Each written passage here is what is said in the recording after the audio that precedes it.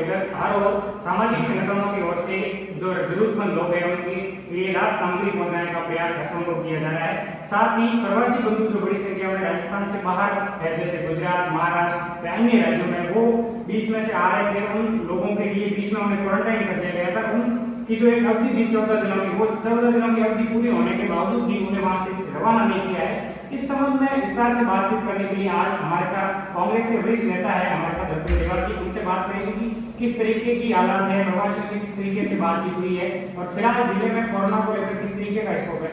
Sir, किस तरीके के हालात है, क्योंकि पिछले काफी दिनों से देखने को मिल रहा है कि जो प्रवासी बंधु है उनकी ज्यादा शिकायत है, आपसे कैसे बात करेंगे? देखिए,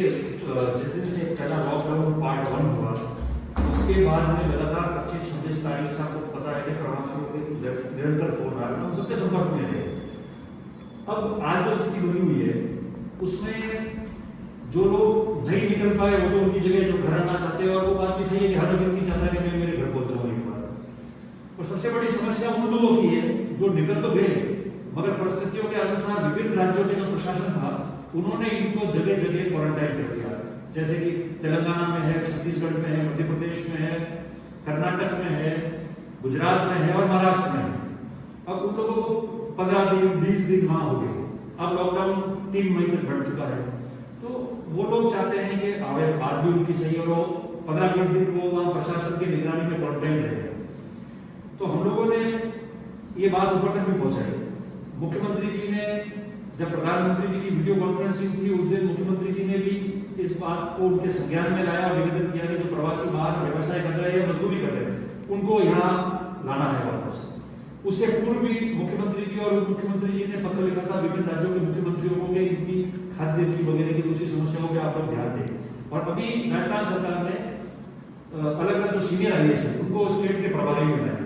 तो मैं समझता हूँ कि जो व्यवस्था करनी चाहिए वो कर गए। अब बात यह है कि लोग कैसे आएंगे, या फिर बात यह है कि जिन लोगों को आइसोलेट किया गया है, जो क्वारंटाइन पीरियड में 15-20 दिन रह गए हैं, वो कैसे आएंगे। अगर कर्नाटक की सरकार उनको छोड़ेगी तो वो महाराष्ट्र, गुजरात होते हुए आएंगे, जो भी लोग रह चुके हैं, क्योंकि देखो वो उनके परिवार के साथ है, छोटे बच्चों के साथ है, 20 दिन से वहां के स्कूल और छात्रावासों में है,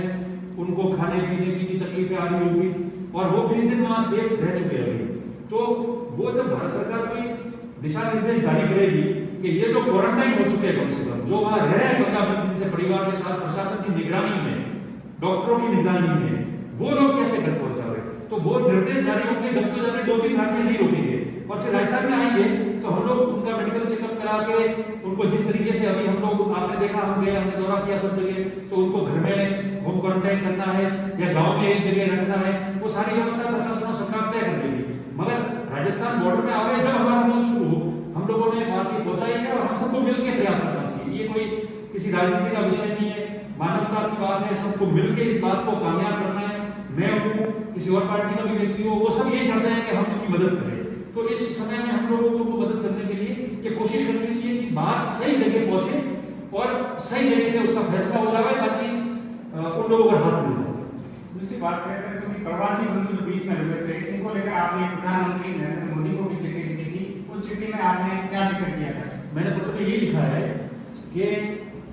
राजस्थान की सरकार जो बॉर्डर पे आ गए उनको सबको घर भेज दिया, किसी को तहसील मुख्यालय पे क्वारंटाइन किया, किसी को घरों में क्वारंटाइन करके रखा, किसी को गांव के स्कूल में क्वारंटाइन किया, बॉर्डर पे हम लोग स्क्रीनिंग भी कर रहे हैं। मगर जो लोग अलग अलग राज्य में है वो कैसे आएंगे? अगर किसी स्टेट वाला उसको छोड़ भी दे रहा है तो वो दूसरे स्टेट में वापस आके नहीं हटके। जो 15-20 दिन रह चुके हैं उनके लिए तो एक दिशा निर्देश जारी करना पड़ेगा। दिशा निर्देश जारी होगा जब जाके सब एक साथ में आ पाएंगे। तो ये हमारे प्रयास है, हम हमारी बात से अवगत कराना है। मैं समझता हूँ सबको मिलकर इसका जल्दी से जल्दी हल निकालना चाहिए। बात की जाए अपने जालौर सिरोही की, तो जालौर सिरोही के स्थिति की दीवार से अभी तक किसी तरीके का कोई मामला नहीं आया है। किस तरीके की गाँवों के अंदर हालात हैं उनके, जो इस कोरोना पीरियड के टाइम के लोगों को जो ज्यादा समस्याओं का सामना करना पड़ रहा है? आप फील्ड में भी गए हैं, लोगों से भी बात की है, किस तरीके मैं आता हूँ कि जालौर सिरोही में अभी हमारे ये केस नहीं आया। हमारे प्रशासन के लोग अच्छा काम कर रहे हैं। लोगों ने भी धीरे धीरे सरकार के एडवाइजरी को गंभीरता से लेना शुरू किया है और उसको मान रहे हैं। कुछ एक लोग हैं जो नहीं मान के घूम रहे हैं, तो मैं उनसे भी अपील करना चाहता हूँ कि सरकार ने जो एडवाइजरी दी है घर में रहने का, उसका पालन करें हम लोग। और आप ये समझो कि आप तो घर में हो, जो लोग घर में भी नहीं है, रास्ते में मैं बता रहा हूँ 15-20 दिन से अटके हुए हैं, अलग अलग राज्यों के स्कूलों में, छात्रावासों में है, परिवार के साथ उनकी क्या हालत हो रही होगी। तो आप तो परिवार में आप लोगों के बीच में हो, तो घरों में वो एडवाइस गंभीरता से मांग रहे हैं। हमारे प्रशासन जो है वो बहुत मजबूती से काम कर रहा है, हर विषय पे गंभीर रहता है, हर चीज खाद्य सामग्री पहुंचानी हो भामाशाहों की मदद से,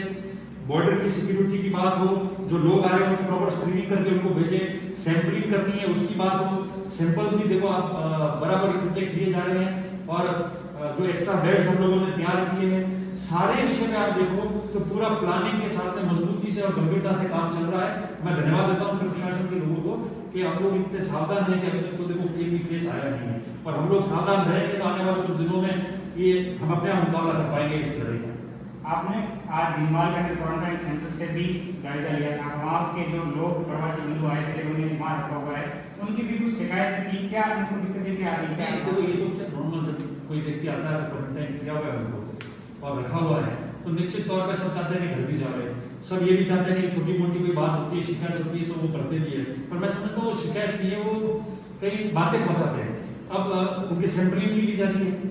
अब जैसे बीमार में 45 थे, 45 में से 41 रह गए, तो जैसे जैसे टेस्ट कर रहे हैं, सैंपलिंग कर रहे हैं, तो फिर उनको फ्री भी कर रहे हैं, तो उस प्रोसेस में टाइम भी लगता है। हमने कहा सुविधाएं बहुत अच्छी कर रखी है प्रशासन ने उनके लिए, मैंने लोगों से बात भी की, मेरे पास फोन भी आते हैं उन लोगों के, जैसे 2-3 दिन पहले किसी का बच्चा बीमार था, रात को लेट फोन आया, मैंने प्रशासन को फोन किया, मगर तब तक तो प्रशासन ने एम्बुलेंस भेजने की व्यवस्था कर दी थी और मेडिकल ट्रीटमेंट भी दिया है। तो हम लोग सब गंभीर है, प्रशासन पूरा गंभीर है, और मैंने हम लोगों की बात भी सुनी है, और हम लोग, मैं ये कहना चाहता हूँ कि जो भी जहाँ है जितना कोशिश होगा हम आपकी बातों पर ध्यान देंगे और उसको आप जालौर सिरोही के साथ साथ जो प्रवासी बंधु हैं अपने जालौर सिरोही के बाहर है, उन लोगों को कोरोना जो अभी चल रहा है इसको लेकर किस तरीके का मैसेज देंगे, लोगों को किस तरीके की अपील करना चाहेंगे कि इस कोरोना महामारी से बचने को लेकर किस तरीके की जो है सावधानी? मेरा संदेश सबको ये है कि पहले तो जो लोग अभी अपने नौकरी या व्यवसाय वाले स्तर पे है और वहां से नहीं निकले, आपकी बात सही है, आप घर आना चाहते हो, हम भी ये कोशिश कर रहे हैं कि आप घर आओ, मगर जब भारत सरकार लॉकडाउन में कोई ढील देगी इस प्रकार की तब ये बात संभव है, तब तक तो आप मेहरबानी करके एक बार तो जहां बाहर है ताकि आप बीच में कहीं अटके नहीं। और जो लोग 10-15 दिन से बीच में अटके हुए हैं और विभिन्न राज्यों के प्रशासन की निगरानी में है, क्वारंटाइन किए हुए, और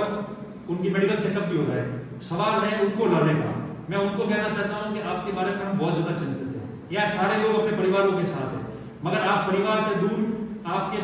बच्चे हो, महिलाएं हैं, उनके साथ में दूसरे स्टेट में 15-20 दिन से आप उनके स्कूल छात्रावास में रह रहे हैं, आपका खाने पीने की कैसी व्यवस्था होगी आप लोग फोन पे आपको बताते हो। हमारी कोशिश ये है और मन से हम ये कोशिश कर रहे हैं कि उन लोगों को कैसे लाया जाए, और उसके लिए हम भरपूर प्रयास भी करेंगे। आप लोग हिम्मत रखिए, हम आपके साथ हैं। हमारा प्रयास यही है कि हम दिन रात जैसे घूम के सब लोगों को मिल रहे हैं, व्यवस्थाएं देख रहे हैं, हिम्मत बता रहे हैं, हम बता रहे हैं कि हम आपके साथ में खड़े हैं। ये लड़ाई किसी एक की नहीं है, लड़ाई किसी राजनीतिक दल की नहीं है, लड़ाई हार जीत की नहीं है, ये लड़ाई सबकी एक है, देशवासियों की लड़ाई है, और हमको सबको मिलकर इस महामारी के खिलाफ लड़ना है, और हम सब आपके लिए तैयार है, ये मैं कहना चाहता हूँ, संदेश देना चाहता हूँ। मुझे सर अंतिम सवाल ये क्योंकि हमने कल सांझों क्षेत्र के कुछ गाँवों का दौरा किया था, वहाँ पर कोरोना जो पीरियड चल रहा है उसके चलते पानी की जो समस्या है वो गाँव में खड़ी हो चुकी है। तो कल हमारे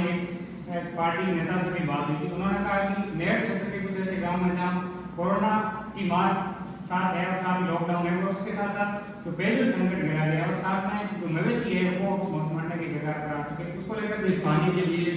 बोले नेहर हो या दूसरी जगह हो,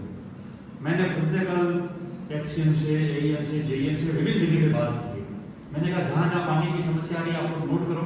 और उन लोगों को पानी पहुंचे उसकी व्यवस्था करो। मैं जिला कलेक्टर जी को